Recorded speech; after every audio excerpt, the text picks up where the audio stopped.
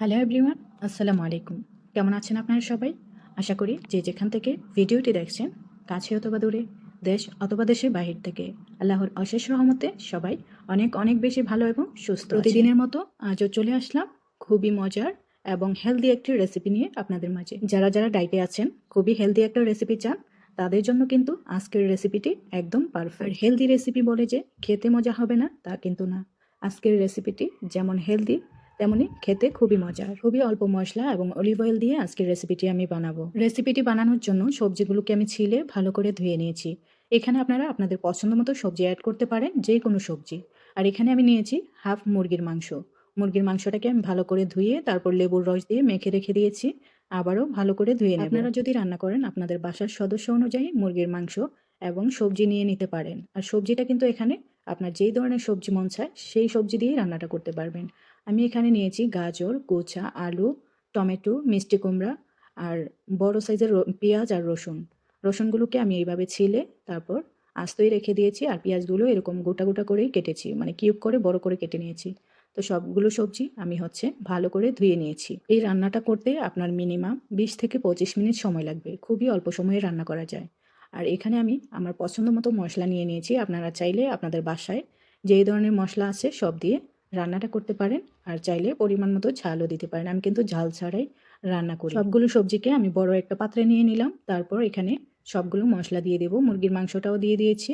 এখন এটাকে আমি ভালো করে হাত দিয়ে মেখে ম্যারিনেট করে নেব। মশলাটাকে একদম ভালো করে মেখে মিক্স করে নিতে হবে, যেন মুরগির মাংসের ভেতর মশলাটা একদম ঢুকে যায়।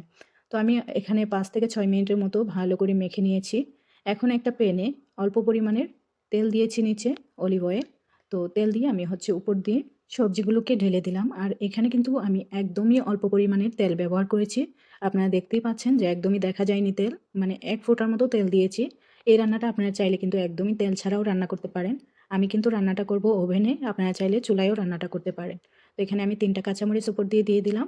এখন আমি ফয়েল পেপার দিয়ে ভালো করে ঢেকে দিয়ে ওভেনে দিয়ে দেবো। আধা ঘন্টার মতো অপেক্ষা করতে হবে ওভেনে। আর চুলায় যদি রান্না করেন তাহলে কিন্তু সময়টা আরও কম লাগবে। তো আমি যেহেতু ওভেনে রান্না করব, এখানে আধা ঘন্টার মতো সময় লাগবে। এই রান্নাটা করতে কিন্তু খুবই সহজ এবং সময়ও খুব কম লাগে।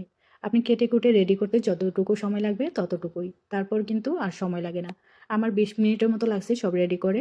তারপর ওভেনে দিয়ে দিয়েছিলাম। আর যদি চুলায় রান্না করেন তাহলে কিন্তু আরও কম সময় লাগবে। তো আমি আধা ঘন্টা অপেক্ষা করার পর চলে আসলাম দেখার জন্য। দেখেন রেসিপিটা একদম রেডি হয়ে গেছে। একদম আধা ঘন্টার ভেতরেই রান্নাটা আমার কমপ্লিট। দেখতে যতটা লোভনীয় লাগছে, খেতে কিন্তু ততটাই মজা হয়েছিল। একদম ভাজা ভাজা হয়ে গেছে, নিচেও পানি নেই। রুটি বা গরম ভাতের সাথেও খেতে পারবেন। আর এই রান্নাটা যখন আমি করছিলাম পুরো বাড়ি তো একদম ঘ্রাণে ভরে গেছিল, এত মজার একটা স্মেল বের হয়েছে। তো আপনারা চাইলে কিন্তু আপনাদের বাসার সদস্যদের জন্য এই রান্নাটা করতে পারেন।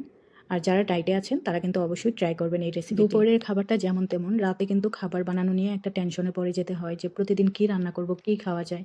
তো আমাদের বাসায় একই অবস্থা। আমরা সন্ধ্যা হলেই টেনশনে পড়ি যে কী রান্না করা যায়। আর দুপুরে যাই খাই না কেন, রাতের বেলায় চাই যে খুবই হেলদি একটা খাবার হোক, যেই খাবারে থাকবে না কোনো তেল মশলা। তো চিন্তা করতে করতে আমার মাথায় আসলো এই রেসিপির কথা। এই রেসিপিটা আমি অনেক আগে একবার বানিয়েছিলাম। তো আমার মনেই ছিল না এই রেসিপির কথা। তো হঠাৎ করে মাথায় আসলো যে না, এই রেসিপিটা বানানো যাক। তো এখন রাতের বেলায় ছিল, আমি খাবারটা খেয়ে নিচ্ছি। দেখেন কতটা লোভনীয় হয়েছে।